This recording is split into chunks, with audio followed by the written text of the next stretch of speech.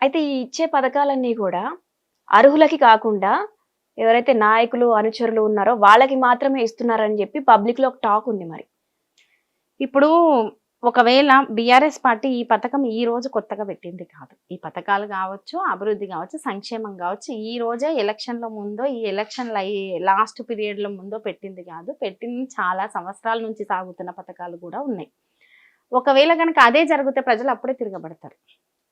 ఇప్పుడు ఆల్రెడీ కొన్ని దగ్గరల తిరగబడుతున్నట్టు న్యూస్‌లొస్తున్నాయి. ఇప్పుడు ఎక్కడ తిరగబడుతున్నారు అనంటే, ఒకవేళ తిరగబడుతున్నారు ఇంకేదన్నంటే, ఎప్పుడైనా ఎలక్షన్ సందర్భాల్లో ఎలా ఉంటాయంటే, మనము మాట్లాడుకున్నంత అదిగా ఎలక్షన్స్ ఉండవు. ఎలక్షన్‌లలో ఎవరైతే మాకు టికెట్ రావాలని ఆశించిన వాళ్ళు కావచ్చు, లేదు మేము ప్రజల్లో ఏదో చేయాలనుకున్న వాళ్ళు, ఇంకొక పార్టీ అనేది ఆల్టర్‌నేట్ కనబడడం అనేది సహజం. ఆ పార్టీల నుంచి టికెట్ తెచ్చుకోవడం అనేది సహజం.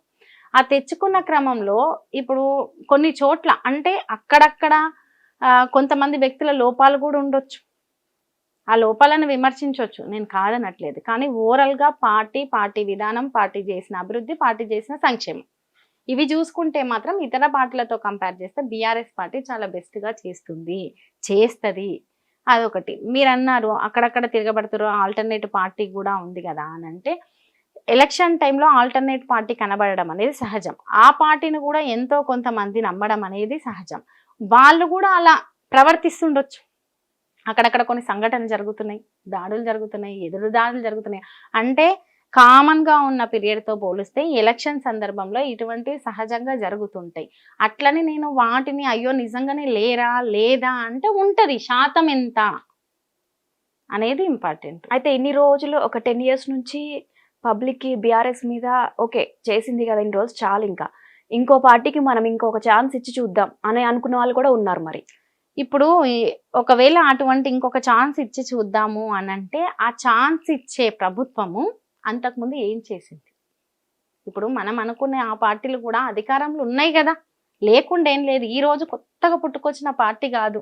కొత్తగా పుట్టుకొస్తే అవును. వాళ్ళు కొత్త సిద్ధాంతము, కొత్త పార్టీ, కొత్త మేనిఫెస్టో వాళ్ళకొక అవకాశం ఇద్దాం అనుకోవచ్చు. వాళ్ళు 60 ఏళ్ల నుంచి పాలించిన చరిత్ర ఉంది గదా! అప్పటినుంచి చేసిన ఏమున్నాయి? ఏం లేవు? అనేది కూడా ప్రజలు ఆలోచించాలి గదా! అదొకటి. ఒకవేళ బీఆర్ఎస్ పార్టీ 10 ఏండ్ల పాటు నిజంగానే ఈ 10 ఏండ్లలో ఏం చేయలేదు. చాలా అసమర్థంగా ఉంది పాలన అంటే ఓకే. ఈ 10 ఏండ్లలో మిగతా రాష్ట్రాలు మన రాష్ట్రం వైపు చూసేటట్టు చేశాం. మనది కొత్త రాష్ట్రం అయినప్పటికీ పక్క రాష్ట్రాల వాళ్ళు కూడా ఇటువంటి ప్రభుత్వం మాకుంటే బావుంటది. ఇటువంటి అభివృద్ధి మాకు జరిగితే బావుంటది. రహదారుల అభివృద్ధి గావచ్చు, కరెంటు విషయంలో గావచ్చు, తాగునీరు విషయంలో గావచ్చు. లేదు మహిళలకు ఈ కళ్యాణ లక్ష్మి పథకం లాంటివి కావచ్చు, కేసీఆర్ కిట్టు అంటే ప్రసవాల సంఖ్య ప్రభుత్వ హాస్పిటల్లో ఎంత పెరిగినాయి అనే విషయాలు కావచ్చు. ఇలా అనేక వ్యవసాయంలో పంజాబ్‌ను దాటి ఈరోజు వరి ధాన్యం విషయంలో కావచ్చు. ఇలా అనేక విషయాల్లో పక్క రాష్ట్రాలు సైతము ఈ రాష్ట్రంలో ఉన్న ప్రభుత్వము, ఈ రాష్ట్రంలో ఉన్న నాయకులు బలంగా పనిచేస్తున్నారని నమ్మిన పార్టీ ఇది. ఇప్పుడు ఏదైతే ఇంకొకరికి అవకాశం ఇద్దాము అనుకుంటున్నారని మీరంటున్న పార్టీలు 60 ఏండ్లుగా ఆల్రెడీ పాలించిర్రు. మిగతా రాష్ట్రాల్లో పాలిస్తున్నారు. ఆ పాలన ఎలా ఉంది? ఇప్పుడు బీఆర్ఎస్ పార్టీ పాలన ఎలా ఉంది? కంపేర్ చేసుకుంటే నక్కకు నాగలోకానికి ఉన్నంత తేడా ఉంది.